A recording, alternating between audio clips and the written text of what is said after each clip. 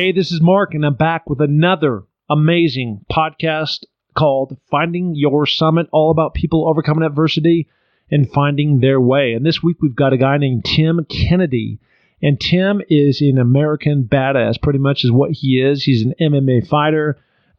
He went off and became a ranger. He's a Green Beret. He's been involved in multiple conflicts overseas in Afghanistan and Iraq.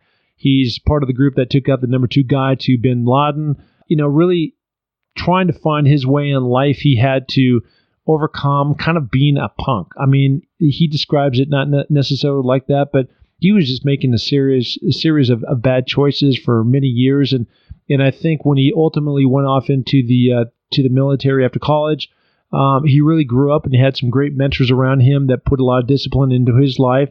He's overcome a lot, right? And he's one of the guys, the true heroes, in my eyes at least, that's out there trying to protect the country, is a proud American, and now is really giving back in terms of trying to teach other people how to defend themselves, almost like it was back in 1774 as he described. So Tim Kennedy on the pod today, pretty intense podcast.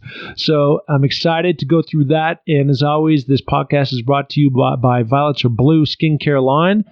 And Cynthia Besteman is a cancer survivor. She, out of adversity, her own adversity, she developed this product line, and it's fantastic. I use it, and I recommend that for you, so check that out, violetsareblueskincare.com.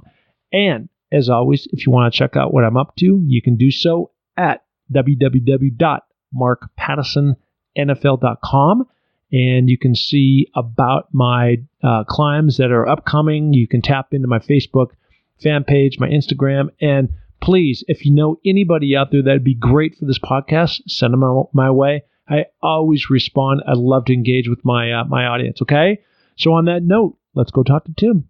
Here we go.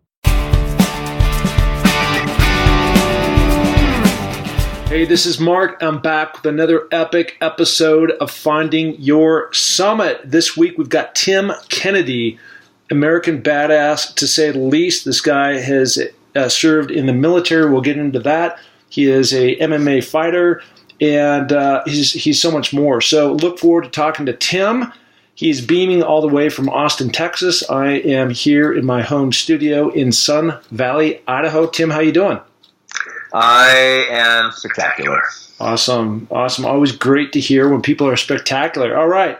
So you've got a whole lot of things going on, and I always like to kind of reset things and go back to where people began. You did grow up in California, and I was looking at your background because, again, we're going to get into this whole military element of how you've spent certainly a significant amount of time in your life. But, considering where you are today, you had this, it looked like a great blend from your parents. Your mom was out teaching you and sending you to cooking school and how to play the piano, and meanwhile your dad was throwing you in these boxing, wrestling, and jiu-jitsu type lessons to, I don't know, toughen you up or just give you exposure to the other side. But how was that growing up? It was exactly what I needed. I had perfect parents. I think if you look at my...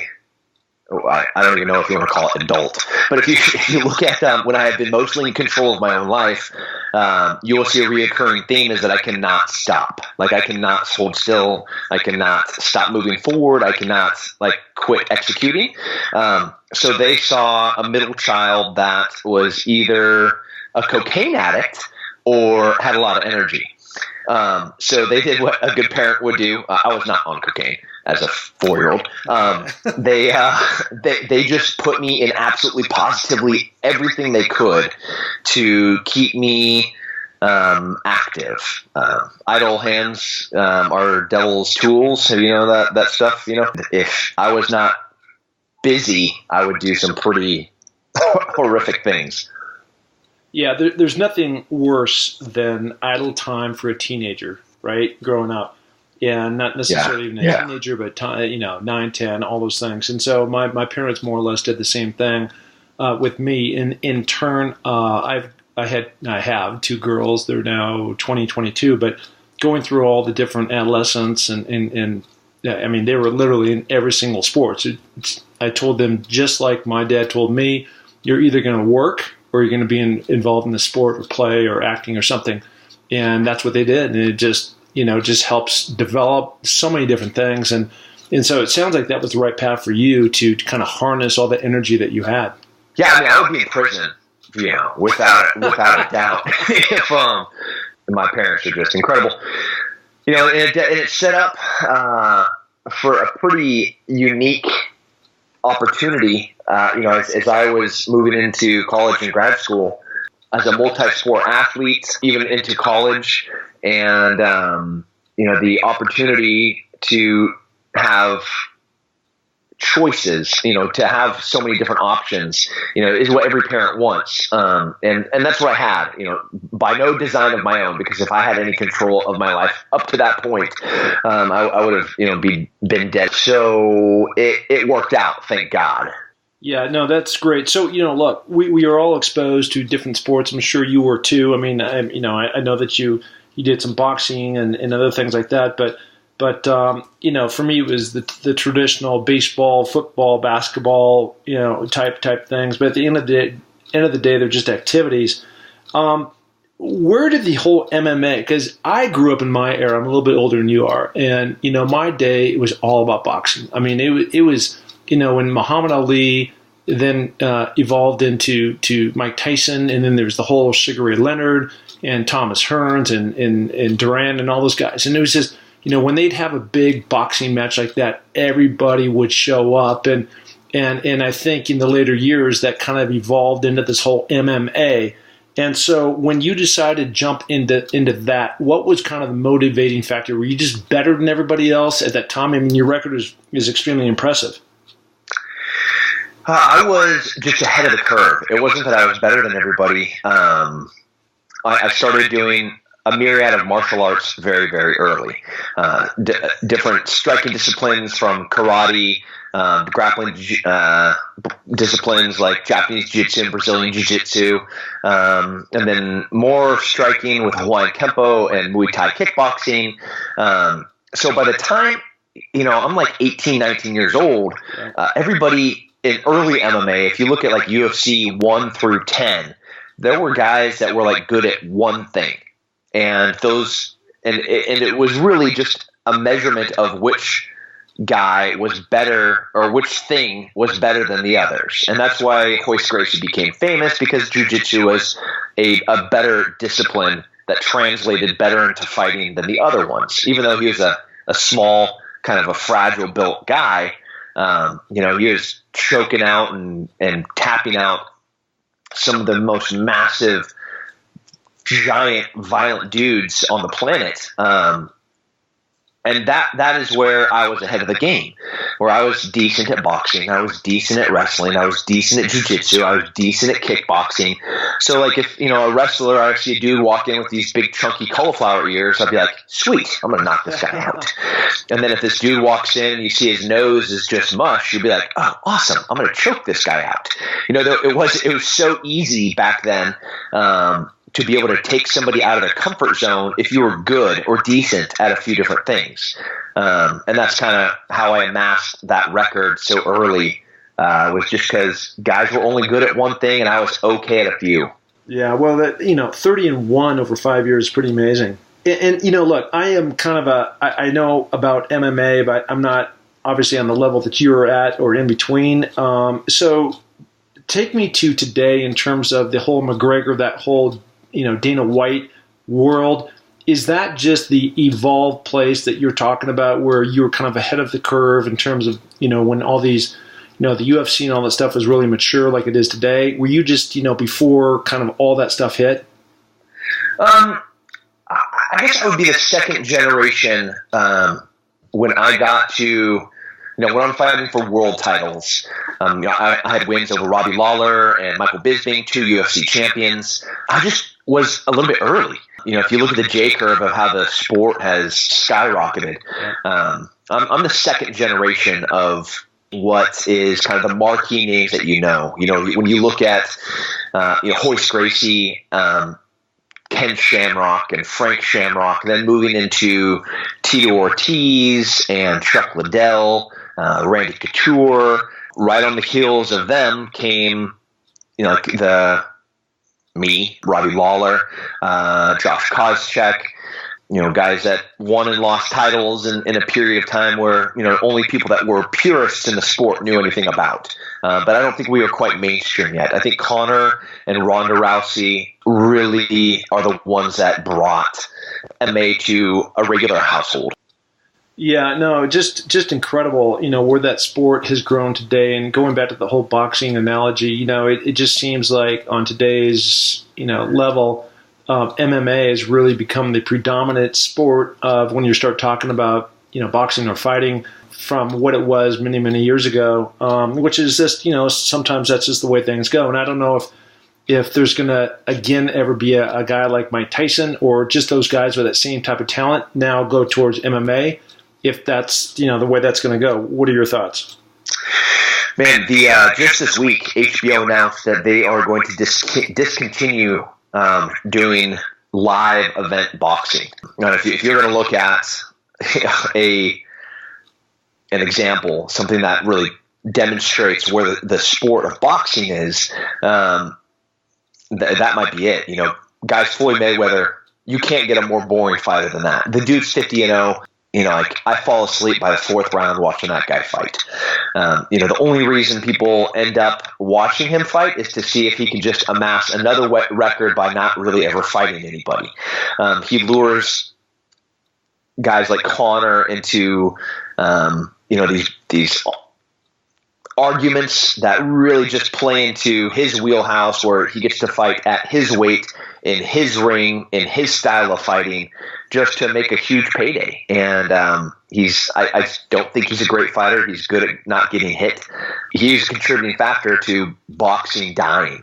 Even it's horrific thinking that Mike Tyson bit a dude's ear off, but at the time you're just like, dude, this guy is a maniac. He's going to prison. Yeah. He's knocking every single person out that steps in front of him, and then up comes Holyfield, and they go toe to toe for an entire fight, and number 2 comes around and off goes an ear, and you're like, this is crazy.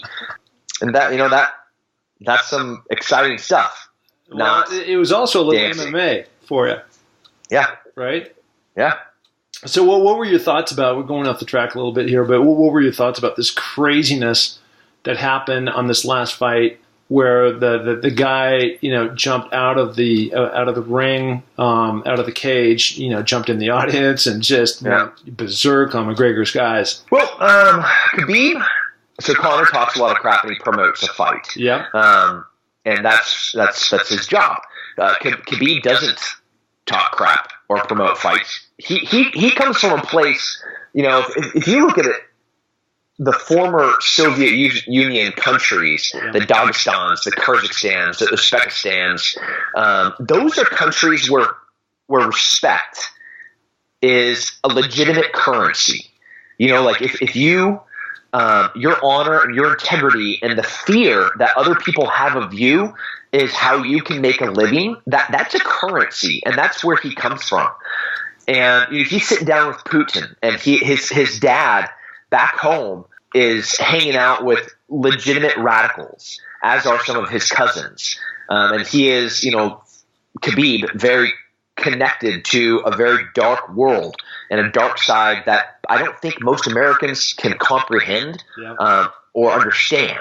So when you disrespect a guy like that comes from a place like that kid was wrestling bears, real bears, not like make-believe or like bears. Khabib wrestled bears as a kid, just to garner respect for his family and to get better at wrestling. And when you disrespect a guy like that and his family and his religion and his place of birth and his team, even though I don't like most of those things about him, you have really crossed a line in his world. And what we saw was how a guy like that, from a place like that, from a culture like that, is going to respond when you attack those things about him. Yeah, no, that makes a lot of sense to me. And it was crazy, but it's all about perspective, right? Yeah. What you're talking about. Okay, so you now graduate from high school, you go off into college. And so I want to know what was going through your mind when you decided to join the Army in 2004. I was pissed off. So I was on the recruiter's doorstep on September 11th, 2001. Yep. Banging on doors, banging on windows with a few thousand other people, and figuring out where I was going is what took a while. And the process of going from, Navy to Marines to Army, and, all of them telling you different things, and finally, ultimately deciding to go to Special Forces within the Army. And, they're like, hey, we want you to finish grad school, so we're going to put you on an IRR, which is like a delayed enlistment program where you're kind of in, but you're not in until you head to basic training, but you can't get out. You're locked into your contract. Not that I was angry, but it was a period of my life where I was doing so many dumb things, so many things that were not in the best interest of anybody besides my own personal gratification, that when watching those towers fall shook me to the core. Yeah. It made me evaluate everything about my life, everything that I was doing, everything that I was wasting. I had all these God-given talents. I was good at a lot of things, and I was just a piece of crap. I was a horrible human, had a couple of women pregnant, thought I had AIDS, and just wasting away every God-given opportunity that I had. And hard-earned opportunity on my parents' part. They gave me every single option to be successful.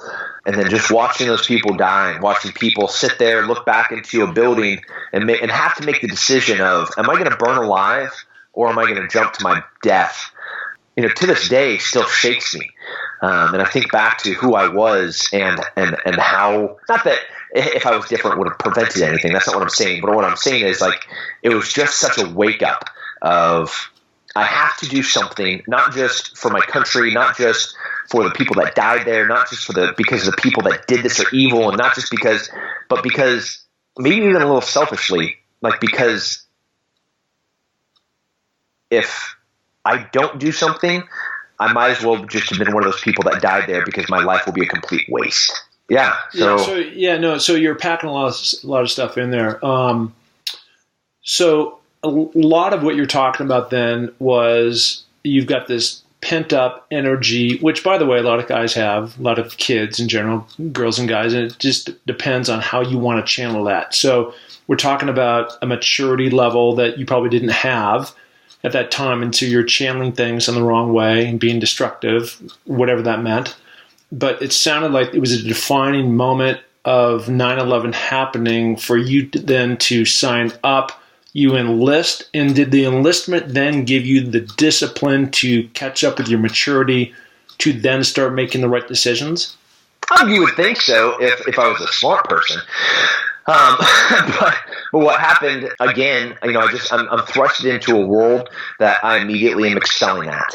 I'm the best shot in the company. I have the highest physical PT score. I'm coming in with the highest, you take a battery of tests to go to Special Forces, and you kind of have an idea of what your scores are, what languages you're going to be getting, and what job you're going to get. So even in airborne school, right after infantry school, right after basic training, I'm honor grad of this and that. And my ego and my pride is just swelling. And by the time I get to the Special Forces qualifying course, I think I'm the shit, and I'm not. I don't deserve to be there. I don't deserve to be breathing the same air as the rest of the heroes that are there. And the wake-up call from 9/11, what then occurs for the next 2 years is just wake-up call after wake-up call after wake-up call of me essentially getting humiliated and slapped in the face by the decisions that I'm making, until eventually I start slowly doing fewer things that are dumb. So who was that influence then that, again, you go back to what you just said, which is all about, as you're taking these different physical tests, you're passing them, you're scoring the highest, you've got all these great marks, I'm sure there's a bunch of kudos coming your way. Was there a certain military person that was there, or somebody non-military that was, there to set you right, even though they could see all this talent, was really trying to get you back in balance? Yeah. So I'm not sure if so after 9/11 happened, some guys from 5th Special Forces Group immediately went to Afghanistan. And that was the first time since the Gulf War that Special Forces had been actively engaged in combat. We pretty much missed Desert Storm. Schwarzkopf didn't hold special operations in high esteem, and he used a primarily traditional ground warfare to overwhelm Saddam Hussein in Gulf War. Yep. When you which, by the way, worked. Beautifully. And we should have gone all the way into Baghdad and taken Saddam off, and had we done that, who knows what would have happened. But we didn't, so we stopped, and ultimately we ended up back in Iraq looking for weapons of mass destruction, and in Afghanistan after 9/11. The men that were initially in Afghanistan were valuable. They were priceless. They were a commodity that nobody else had, which was Special Operation Green Berets that had been to combat and came back to the Special Operations community as instructors.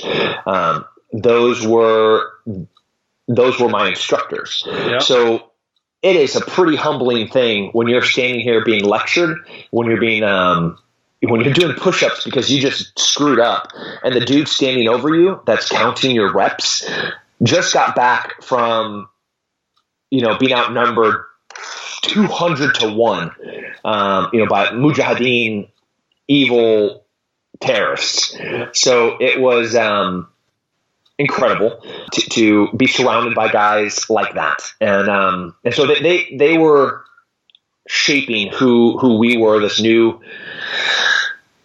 group of upcoming soldiers. And then once I got to the ODAs, guys like John McPhee, the sheriff of Baghdad, he was my first team sergeant. He brought me over to a special unit and was my team sergeant during my first deployment. And again, I thought I was amazing. I was doing all these great things, and everybody's going to sing my praises. And I get back from what is without a doubt one of the best missions that the Special Forces group that I was in had ever been on. We were in a few hundred enemy combat missions with no casualties, and we pretty much just kicked ass and took names, total success. We find the number 2 bad guy on the planet. We're part of the task force that brings down Zarqawi. So I'm thinking I'm getting silver stars and pats on the back, and instead he's like, hey, you're immature. You're going to go to Ranger School, and you're going to be honor graduate, or you don't get to come back to this unit. You are so undeserving to be here. And that was humbling. Yeah. And again, another slap in the face of me learning just how quickly I needed to mature. Hey, let me ask you this. So I think this is the right answer or the right question. That you are both a Green Beret and a Ranger, and if that is the case, then why the separation of the two? Not that they aren't great accomplishments, but if you're a Green Beret, aren't you just a Green Beret? And if you're a Ranger, aren't you just a Ranger? Yeah, I'm a bunch of things. I guess if you're going to put it all together, I'm a Special Forces sniper, Ranger qualified Green Beret. This podcast is brought to you by Laird Superfoods. Let me tell you, these creamers are so amazing. They're super tasty, super delicious, and what they are is whole, natural food ingredients mixed into these creamers. And I'm telling you, when you put this stuff into your drink, this powder substance, it is amazing. And their whole tagline is all about fueling your journey. You cannot go and actually power your way up a mountain, be in the pool, ride a big wave, unless you're properly fueled. And these guys are doing it all the right way. So where can you find this? At lairdsuperfood.com. And here's the kicker. If you use the code name MarkP20, that's MarkP20, you're going to get 20% off on your first order. So check it out, lairdsuperfood.com. Yeah, I'm a bunch of things. I guess if you're going to put it all together, I'm a Special Forces sniper, Ranger qualified Green Beret. So there's different tiers in the special operations community, and as you kind of start getting further up towards the tip of the spear, there's a lot of different specialties for a lot of different jobs. And those are qualifications and distinctions that kind of separate people when you start getting further up to that point, there's a unit that is the Rangers, and that's the 75th Ranger Regiment. Yeah. While they are part of the Special Operations community, they are not Green Berets. Rangers have to go to the Special Forces qualifying course, and from the Special Forces qualifying course, they go to the Q course, and then after being trained in the Q course, they earn their Green Beret, and they go to an ODA. The Rangers are a light infantry special operations unit that is separate from Special Forces, which are the Green Berets. Yep. I have a Ranger tab, which means that I went to Ranger school and graduated from Ranger school, but I am a Green Beret first and foremost. Right. And so what's the difference in terms of, because I know at the end of the day, all you guys work together. What is the difference between a SEAL and a Green Beret in terms of tasks and duties? SEALs do not do unconventional warfare. So foreign internal defense, joint combined exercise for training. So like when I go overseas behind enemy lines, 12 Strong is a great example of what Green Berets do. And by the way, great movie. That's what you're talking about. It's a decent movie. Well, I'm saying the theme of the movie. Yeah, no, I agree with what you're saying, that it's a decent movie, but the theme in terms of when you it's a powerful story, and it really demonstrates what Green Berets do unlike anybody else on the planet, and this is why we are the most dangerous fighting force that everybody fears, is because you can take 12 of us, and you can drop us into a place, and we will we'll be able to move through different cultural divides, languages, religious differences, and be able to find camaraderie and build a mutual respect and understanding with somebody that shares an overall objective or a goal. So in Afghanistan initially, it was to find the people that caused and trained the people that executed 9/11 and kill them. So we sent in 12 guys, and we linked up with a bunch of guys that had been fighting communists for the past 30 years, and we created an army of a few thousand to go and try and fight them. A Navy SEAL, they like clap their hands and they jump for balls. I'm kidding, but not really. Friendly camaraderie. The Navy SEALs, like I would never want to get in a gunfight with them on a boat. Like that's crazy.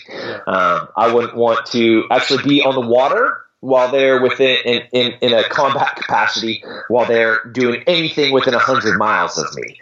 They are just so dangerous and deadly. While Special Forces has their own underwater demolition school and their own underwater combat school, as a combat diver, it's the Navy SEALs are very unique and specially trained to do these one things, which is direct action on, near, or by the water. So tell me then, when we start talking about Bin Laden, when they took him out on that one night? Ignorance of Obama. Oh, really. Okay. There were units that were way better prepared, trained, and capable to execute that mission. And if you look at the shenanigans that have happened since then, from the crash of the helicopter to the writing of books to the misuse of the information that was garnered from that, again, it's just not within their wheelhouse of what they should be executing. This is one man's opinion. Obviously, this one man is in the Army and very proud of the units that he works with. If you go back and you look at some of the other people that have been taken, from Saddam Hussein to Uday Nusay, Saddam Hussein's kids to Zarqawi, and you try and find out who did that, it's nearly impossible. You're like, wait, I didn't know Saddam had two crazy sons that were, pretty much leading the post-Saddam Iraq in the terrorist insurgent efforts. Like, yeah, you didn't know that because we caught them. And it was a huge gunfight, and they died very badly. And wait, how did Saddam get caught? Like, nobody knows. Well, we know. You're not going to hear any book. You're not going to read any books about it because that's not what guys like that do. Nor do we crash helicopters during our infill and have to have a C-130 blow it up from the sky. Just it's different skill sets, and all the way back to having the right leaders that understand how to employ the right units. It's a lot more complex than people think. Sure. So now you go and you do all that. Just amazing, and I'm sure that you're in some incredible battles. And you get out, and now in 2017 you re-enlist in the Army Special Forces. Why was that? I never had a break in service. I'm not good at losing. Yep. It's really hard to, sports people, they're like, yeah, losing's not fun. Man, losing when you're at war is a different kind of not fun. It's going to, I can't sit down and write the names of my friends that are dead now. Yeah.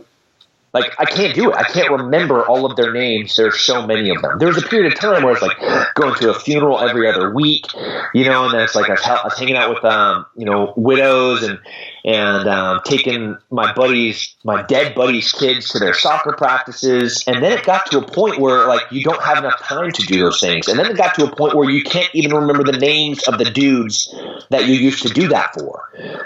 That's what losing feels like in my world. And if you look at my friends that are missing arms and missing legs and missing eyes, and they're rattled to the core with pretty serious PTSD, TBI, CTE.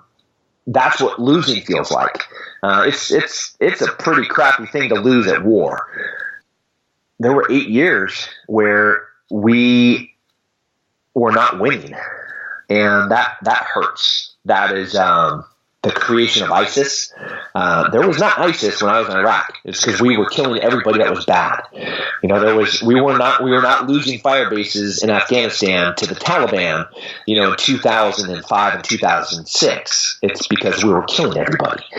When you get into 2008, 2009, 2010, we were just crushing people. And then things changed. Administrations changed. Yep. The effort that went into the war changed, and we just started driving through the desert to get blown up, and that freaking sucks. Yeah, of course. You were given the Valor Award. What was that all about? It had to do with Zarqawi. Yep. So he was, Bin Laden's number one. Yep. He's pretty much ahead of Taliban. And in Iraq, we had Zarqawi. And yep. Zarqawi was, if you've seen the movie American Sniper, yep. If you look on the wall, he was trying to find Zarqawi's enforcer. That's who Chris Kyle was targeting, yep. was some of the enforcers for Zarqawi. And if you look at the wall, and you go all the way up to the very top, the dude at the very top was the guy that we were going after. And my unit was part of the task force that brought him down. So a guy like that, it just seemed like every time there was a broadcast by Bin Laden or this guy you're talking about, and I clearly remember it, it always seemed like it was being broadcast from some cave or, some decrepit, old, broken down building or whatever. Did those guys ever make it out in public at all, or were they just constantly like little rats hiding under rocks? I respect rats more. Hell, I respect cockroaches more. These are just despicable, disgusting, impotent human beings that do the worst atrocities that one human can do to another. The things that they do to kids and women, I can't. We could never even say on this, this podcast. Yeah. And the way that they broadcast is no different. They're going to hide in the shadows and they're going to act like tough guys. In 2015 and 2016, ISIS was effectively trying to find and kill me, and they were recruiting people in Texas to try and come and get me, like a lone wolf radical. Yep. And just to demonstrate how cowardly they were, I went on Fox News and I gave out my home address. That I don't care. This live, here's where I live. And of course, they would never even imagine to have the balls to do that, because that's not who they are. What they're going to do is they're going to find some poor, uneducated, ostracized, excommunicated segment of the society. They're going to recruit from there, and they're going to put them in a dump truck and have them drive across a bridge in Paris. They don't have the balls to do anything else. Yeah, they're hiding in caves, recording things. Well, listen, dude, I need you to move to Sun Valley, Idaho. Move down the street from me because I know they're not coming after you. All right, listen.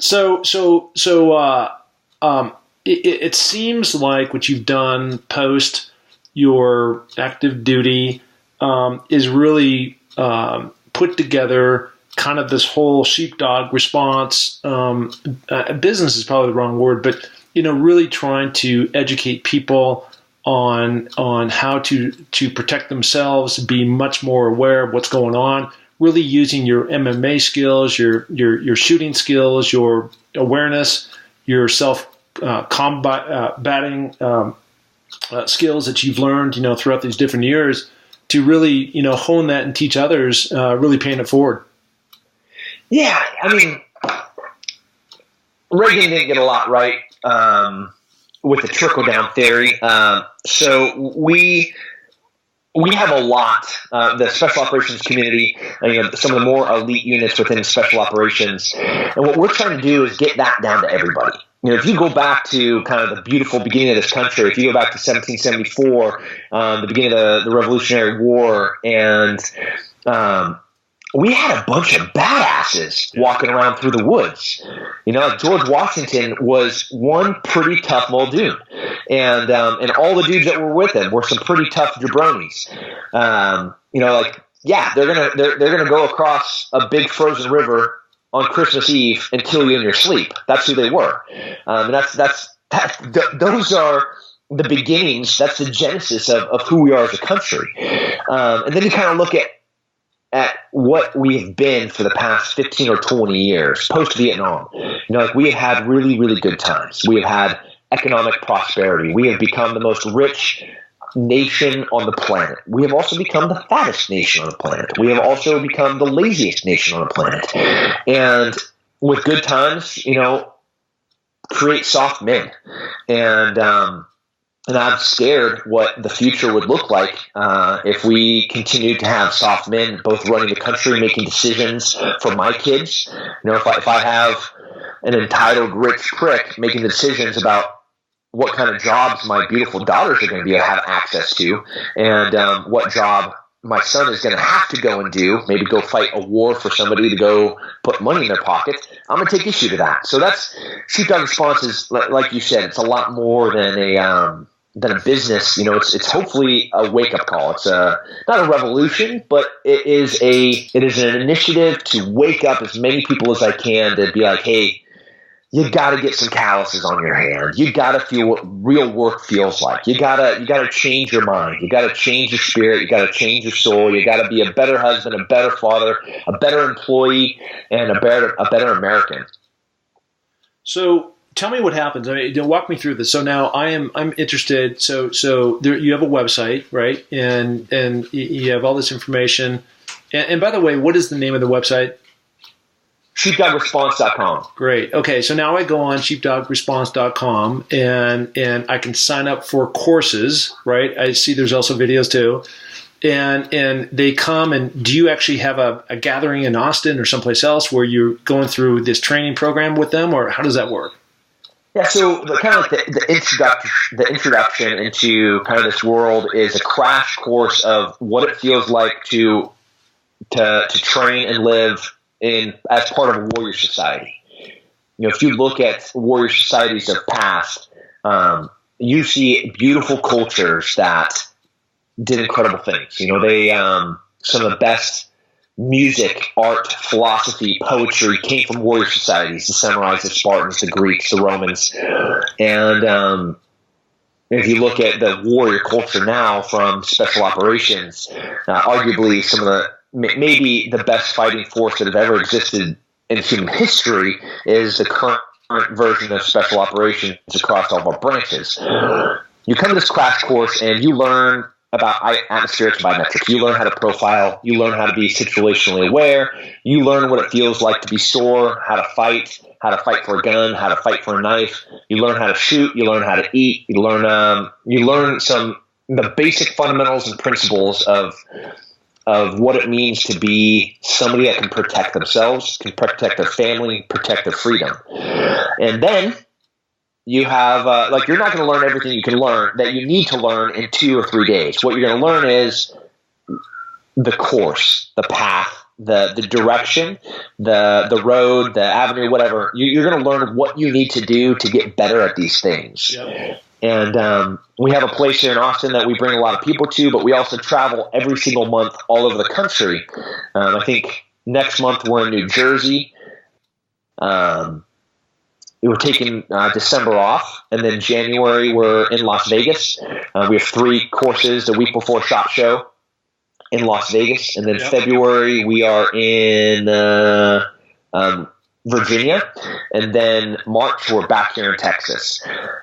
So we try to get all over the country and spread the knowledge, spread the wealth of information. I have a pool of instructors unlike anywhere on the planet, from all branches of special operations, from Navy SEALs to Army Green Berets to Marine Recon to CID to the list goes on to who these people are that teach for us. And they're pretty passionate about it, like me. Yeah, no, the thing that's really cool listening to this whole story is that, it really fits into this whole mode of finding your summit, right? All about people overcoming adversity and finding their way.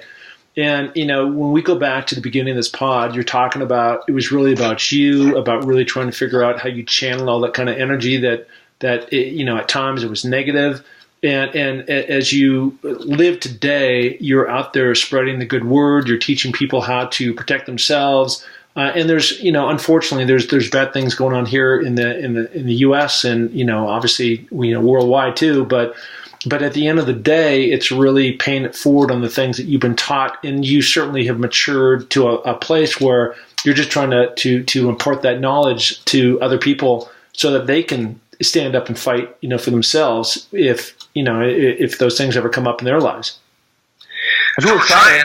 Fortunately, I'm surrounded by like-minded, barrel-chested freedom fighters that won't let me get too far off the path.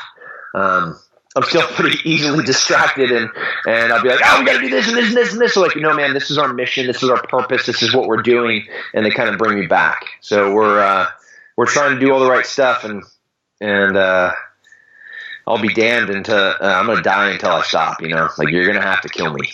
No, that's awesome. So listen, yeah, I've also in my research I saw that you were on a couple different shows on the History Channel and Discovery Channel. Tell me what Hard to Kill is all about. Hard to Kill is still in the same vein. There's a bunch of hardworking Americans that do crazy, dangerous jobs that nobody knows about, nobody appreciates. Jobs that we get to live in comfort and get to relax and hop in our cars and drive to work and pick up our crappy coffee from Starbucks, all because there's somebody out there doing something that makes our life so simple. Yeah. When you pick up your phone, you don't think about the guy that has to climb and scale that tower to change the light bulb, or that guy that has to run the power cord to that tower that's out in the middle of nowhere through the mountains using explosives. When you're in Alaska and you're like, oh, this is so beautiful, and you're taking a helicopter tour, there was somebody that got in that helicopter for the first time. There's no crash test dummies in aviation. They're like, hey, do you think this helicopter is going to fly? And I was like, I don't know. Well, let's go find out. And they go and see if it flies. It's freaking crazy. But that's how it works. Same with planes, with aviation. The Wright brothers, like those are some ballsy dudes. And by the time you get into the 50s, 60s, and 70s, and we're making our way to the moon, it was like 1 in 3 test pilots are dying just so now we can hop on a 747 and wait for our peanuts and our beverage service. You want to go see grandma over Christmas, there's somebody that died making it possible. So that's what the show was about, was going and finding these jobs, these extraordinary people that do these incredible things, that make sacrifices every day. And I go and I try and do those jobs, and I learn about the people. Yeah, it must be just incredible to do that. I mean, talk about an adventure. Yeah, it's humbling. That's what it was. Again, I back to the pride and ego. you look at my resume and you're like, this guy's not real. Like top 5 in the world as a fighter, fights for 2 world titles. He's a Green Beret. He's a sniper. He's a ranger. He's been to combat a bunch of times. He's killed a bunch of dudes, and then I try and fly a plane and I can't even do the math to figure out how fast we have to go to take off. Okay, he's an idiot. Got it. So it's just, again, an opportunity to just learn how much I don't know about so many things, and a new appreciation for the people that sacrifice a lot. Yeah, no, I feel the same way. I guess some people would look at my resume and say something similar. I mean, obviously we're talking about an apple and an orange, but at the same time, I don't feel like I've done anything because there's so many more things in the world I have not accomplished versus the things I have accomplished, on the 2 columns on the left and the right. So that's what also makes life should be an adventure for everybody. It's all about growing and learning, and if you're not growing, you're dying. And so, there's only one way for me, and that's up. And I know that's your same motto. So you put this life that you have together all in one package, and now you're writing a book. When do you think that's coming out? I think I'll be done in the next month with the pen and paper, and then there's like the editing process, and the publisher gets to say about it, and then it's proof checking, and just because of the things that I've done, it has to go through DOD, and DOD has to approve it. But I think I'll be done writing in the next 4 weeks to 6 weeks, and it's not a biography. It's my opinion about the making of a man. It's about what we need to be as a society and as individuals. I say man in a gender neutral way. I'm like the strength of a human. Like, what does it take to succeed at this thing that we call life? And I use stories from my life, mostly mistakes, because I don't really do a lot of great smart things in my life. And it is a raw, exposed dossier of all of these dumb things that I do and somehow survive, and give lessons learned about how to hopefully make this world a better place. Yeah, no, that's great. That's awesome. And where can people find you? Where's the best spot? I'm on the social things, Instagram, it's Tim Kennedy MMA, Twitter, it's Tim Kennedy MMA, Facebook, it's Tim Kennedy. I think if you look up Tim Kennedy MMA, it brings me up. Everything's verified, so if you look for that blue dot or that blue check mark, and I put my workouts on there. I put my shooting drills on there. I put my food on there. I put me getting beaten at everything that I try to do, because all the people I train with are better than me. So that's all on there. So that sucks. No. It's all good stuff, man. Showing your authentic self, which is the whole key here. So listen, Tim, this has been epic. I really appreciate the convo. I've had a few chats with other guys like Nate Boyer, and just to hear your story, any guy that's in the military, I have extreme respect for. Many of the things that I have done in my life wouldn't be possible without guys like you, like including my dad, who was in the Air Force. And unfortunately no longer here with us, but at the same time, the respect factor is extremely high. So thank you for your sacrifice, and I really appreciate you being on the pod. No, thanks for having me. God bless, and you guys just keep doing the work. Hey, and thank you so much for listening to the Find Your Summit podcast. We are so glad to have you along for this journey. And if you enjoy the show, please tell a friend, share it on iTunes, spread it to the planet. We're looking to broadcast this to every person that is out there, because, as you know, everybody has their own summit that they're going after. Okay, if you're looking to follow my journey, you can find that through my social links on markpattisonnfl.com. That's Mark, M-A-R-K, Pattison, P-A-T-T-I-S-O-N, NFL.com. So, until the next podcast, just remember, clear eyes, full hearts, and remember, it takes a little more to make a champion, so make it happen. Thank you. Bye.